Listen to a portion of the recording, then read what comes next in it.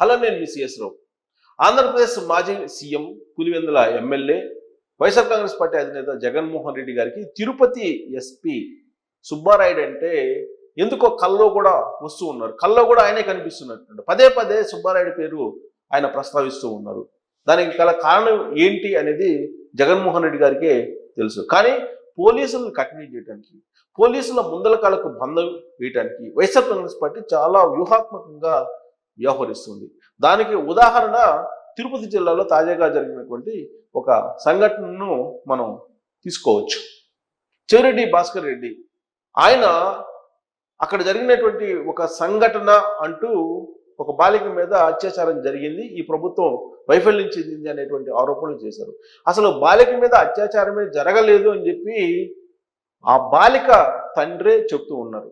కానీ అత్యాచారం జరిగింది అని చెప్పేసి సాక్షి మీడియా రాసినటువంటి న్యూస్, దాన్ని బేస్ చేసుకుని చెవిరెడ్డి భాస్కర్ రెడ్డి ఒక బాలిక మీద స్కూల్ నుంచి వెళ్తూ ఉంటే ఇద్దరు వ్యక్తులు వచ్చి పొదల్లోకి తీసుకెళ్ళి మత్తు కలిపినటువంటి నీళ్ళు ఇచ్చి అత్యాచారం చేశారు.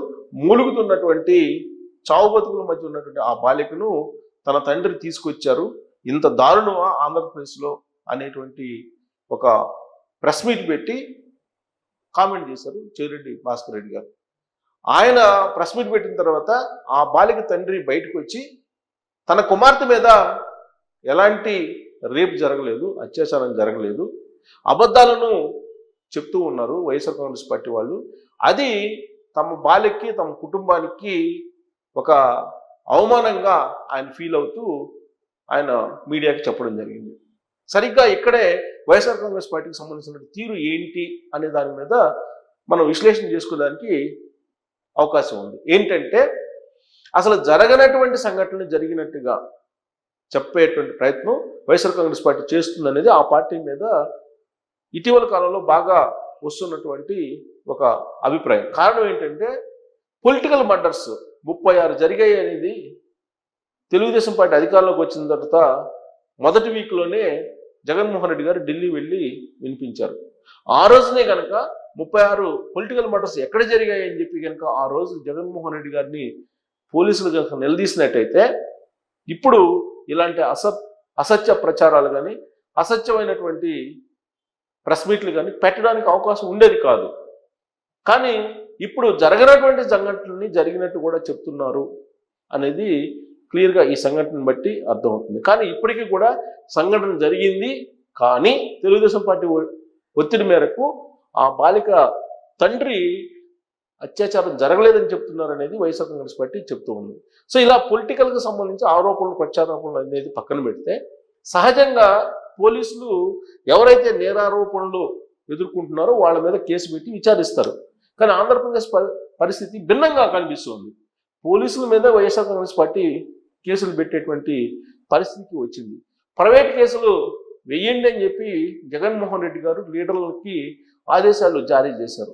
ఆయన ఆదేశాల మేరకు ఎవరైతే పోలీసులు ఇప్పుడున్నటువంటి వైఎస్ఆర్ కాంగ్రెస్ పార్టీకి సంబంధించినటువంటి వాళ్ళు నేరారోపణలు ఎదుర్కొంటున్నారో వాళ్ళ మీద కేసులు పెడతారో వాళ్ళ మీద ఉల్టా ప్రైవేటు కేసులు పెట్టడానికి సిద్ధమయ్యారు.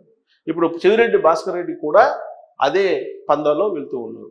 ఈ బాలిక సంబంధించినటువంటి అత్యాచారం జరిగింది అనేటువంటి ఆరోపణలు, ప్రత్యారోపణల క్రమంలో చెవిరెడ్డి భాస్కర్ రెడ్డి మీద ఇప్పుడు పోక్సో యాక్ట్ కింద పెట్టి ఆయన్ని అరెస్ట్ చేసే అవకాశం ఉంది అసత్య ప్రచారం చేసినందుకు అనేటువంటిది వినిపిస్తుంది. అక్కడ ఉన్నటువంటి పోలీసులు కూడా పోక్సో యాక్ట్ కింద ఆయన మీద కేసు నమోదు చేశారు. ఆయన అరెస్ట్ చేసే అవకాశం ఉందని చెప్పి గత 24 గంటల నుంచి విస్తృతంగా ప్రచారం జరుగుతుంది. అందుకే ఆయన ఉల్టా ఇప్పుడు అక్కడ ఉన్నటువంటి తిరుపతి ఎస్పీ సుబ్బారాయుడు మీద, అలాగే నేరుగా డీజీపీ మీద ప్రైవేట్ కేసులు వేయడానికి సిద్ధపడ్డారు.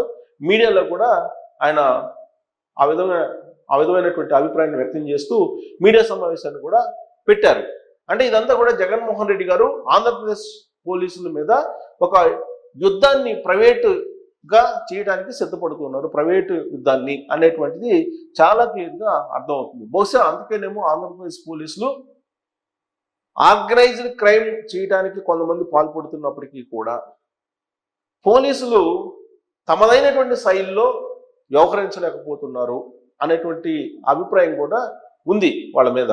దానికి కారణం ఏంటంటే ఇటీవల జరిగినటువంటి అరెస్టులు కనుక మనం తీసుకుంటే నందిగం సురేష్ది కానీ లేదా బోరుగడ్డ అనిల్ది కానీ వీటిని తీసుకుంటే కనుక అసలు పోలీసులు వాళ్ళని ఎందుకు కఠినంగా విచారించలేకపోతున్నారు?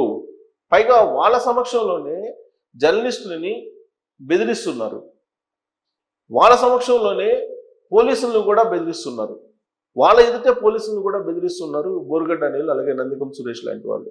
అయినప్పటికీ పోలీసులు చూసి చూడనట్టు వదిలేస్తూ ఉన్నారు, విని విన్నట్టు వాళ్ళు వెళ్ళిపోతున్నారు.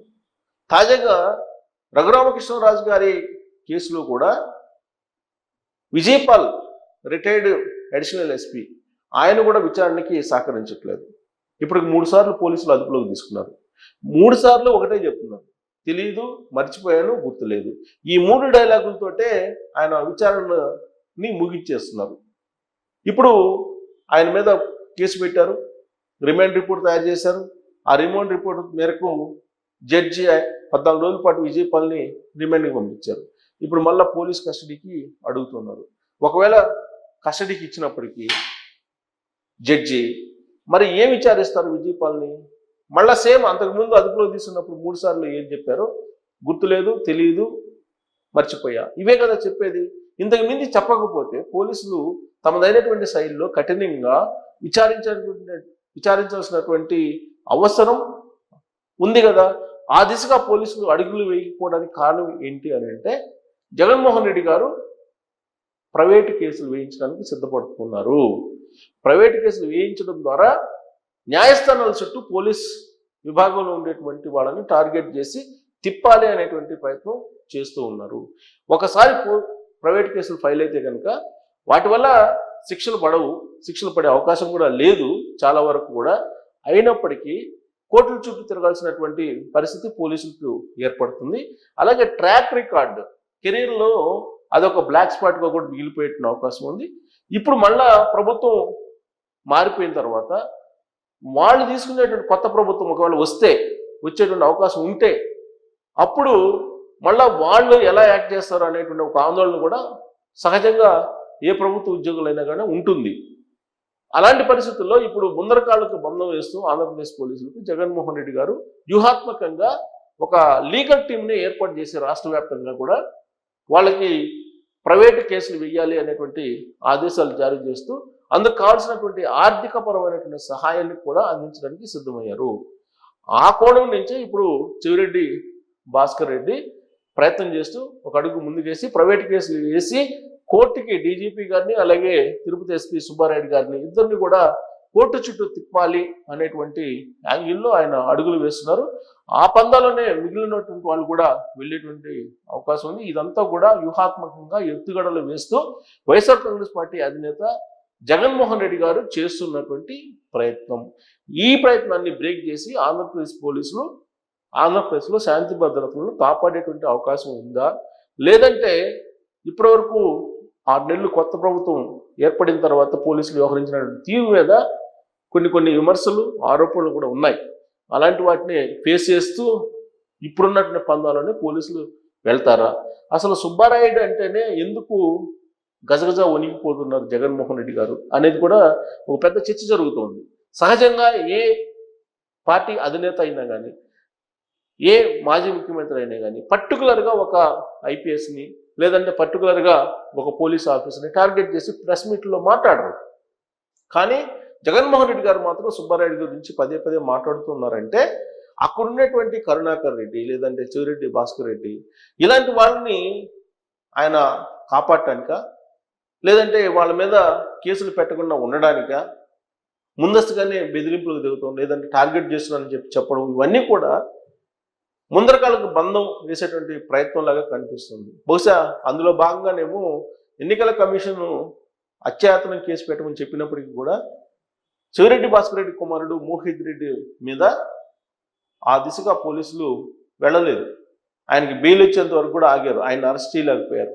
సో ఇవన్నీ కూడా గత 6 నెలల నుంచి పోలీసుల యొక్క వైఫల్యాల కింద కనిపిస్తున్నటువంటి క్రమంలో ఇప్పుడు ప్రైవేట్ కేసులు వేయడం ద్వారా పోలీసుల్ని మరింత టెర్రరైజ్ చేసేటువంటి ప్రయత్నం జగన్మోహన్ రెడ్డి గారు అలాగే చెవిరెడ్డి భాస్కర్ రెడ్డి గారు చేస్తున్నారా? అందుకే ప్రైవేటు కేసులు వేయడానికి ఒక పెద్ద అడ్వకేట్స్ వింగ్నే ఏర్పాటు చేశారు వైఎస్ఆర్ కాంగ్రెస్ పార్టీ అని చెప్పి చెప్తుంది. ఇలాంటి పరిస్థితుల్లో ఆంధ్రప్రదేశ్లో లా అండ్ ఆర్డర్ని కాపాడేటువంటి సిచ్యువేషన్ ఉందా లేదా అనే దాని మీద కామెంట్ రూపంలో మీ అభిప్రాయం తెలియజేయండి.